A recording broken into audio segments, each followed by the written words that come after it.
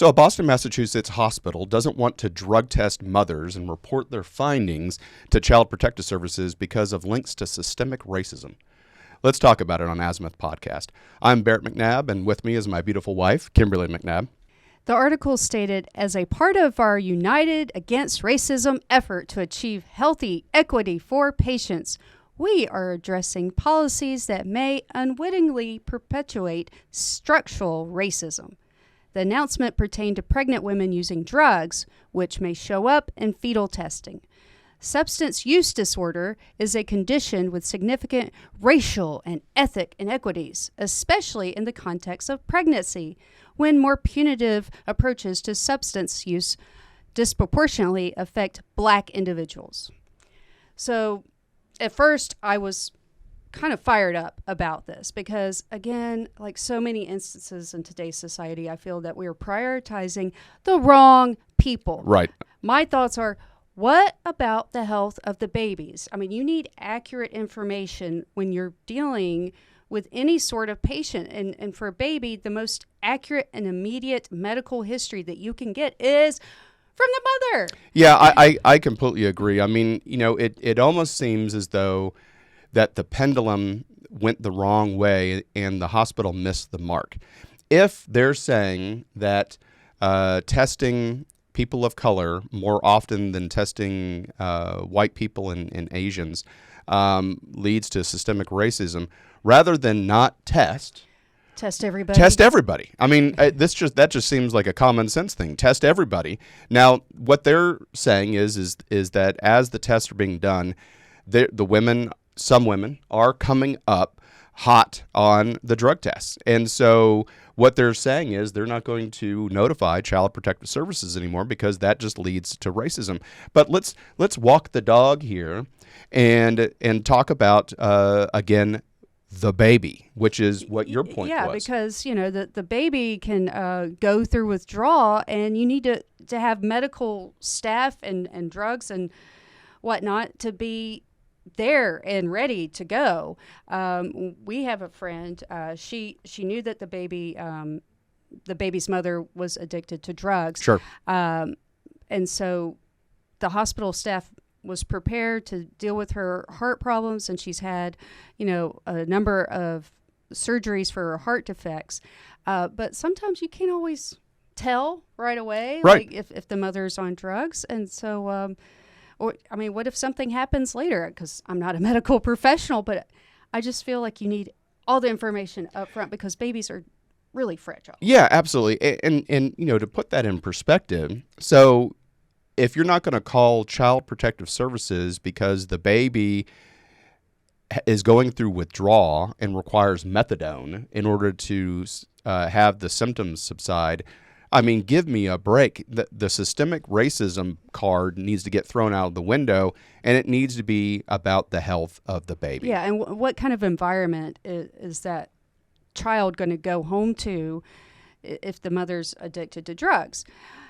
Some women need that wake-up moment, like right, losing her kid to get help. And, it can be a difficult process. It depends on which state you live on. But mothers can get their children back. I mean, I had a cousin lose custody of her kid, and after a year or two, she got custody of the child back. Now, it wasn't related to drugs. It was just she was young and stupid when she got pregnant. All right.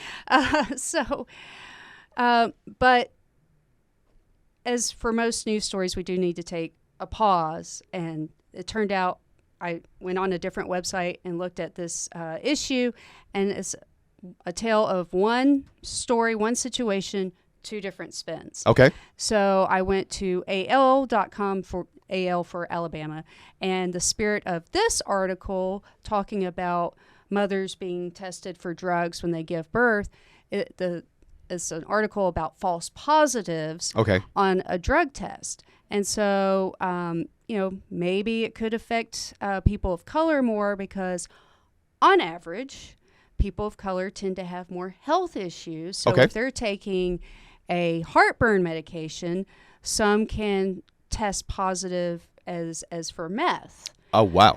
So, this is a situation in which you need to be extremely detailed on all the paperwork they give you when you check into the hospital, and preferably you check into a hospital that is associated with your OB. And the OBs need to stand up for you if you do test positive. Like, hey, no, I know this patient. She's not, maybe she ate some poppy seed bread or something. Right. I mean, that's positive. a real thing, because poppy seeds go same plant that heroin comes from, right? Exactly. And so in the Army, we get drug tested on a random basis, and there are people that have popped hot because they ate a poppy seed bagel. And so, there has been information put out in the Army to say, look, avoid these type of foods. But truthfully, whenever you are, about to get drug tested, making sure that you bring a list of all your medicines that you're taking so that they can be identified, especially if it has a narcotic in it, it is super important, because the Army has very, very strict rules as it pertains to any type of narcotic or marijuana or anything like that.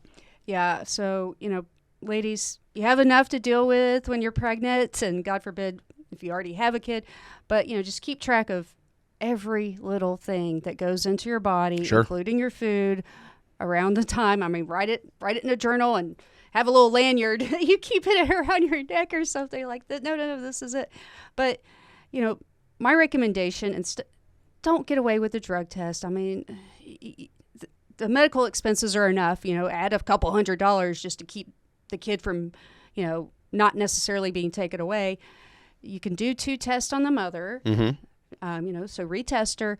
Also, they can test the urine of the infant Sure. themselves. So, okay, if all 3 come back positive, then let's just say it's safe to assume take away the kid. But Right. I don't agree with automatically taking the kid away just with the first test. Well, so this is kind of interesting, because when you look at Alabama versus the Boston hospital, it seems as though Alabama is testing everybody, and so that would fix the problem of this systemic racism that the Boston area hospital has said is occurring. That they're not going to drug test everybody because of racism. Well, again, the same thing we said earlier in the video was that we needed to test everybody, and then that gets rid of the supposed racism. Exactly. And that's what Alabama's doing. They're testing everybody. So with the first article, they said, well, we'll only do it with consent of the mother. Well, okay, who's more likely to be on drugs? Someone who gives consent or not consent? Right. It's like, okay, you give consent, you probably don't have anything to hide. Yeah. So that's kind of pointless. That's kind of, police officers do that oftentimes. Can I search your bag? No. Well, why? Oh, do you have something to hide? And so that's kind of a trick that law enforcement does anyway. But again, we're the concern, it seems, was first placed on the mother, whereas the concern should always be the health of the child. Exactly. I mean, that's where the danger lies if there is a problem, because the child can't defend themselves in any other way. The mother can get help. The mother could say, "Look, let's go ahead and do a retest. I don't do drugs. Let's go ahead and do a hair sample, because drug profiles are also stored in hair. So if you have long hair, you can have a very long time of looking to see what, if any, narcotics are in your system. And again, just like you said, testing the baby as well. But the biggest concern should not be racism. The biggest concern should be for the health of the child, regardless of skin color. Anyway, we saw this article and we wanted to bring it to your attention. So thank you for tuning in to Azimuth Podcast. Please stay tuned after these messages.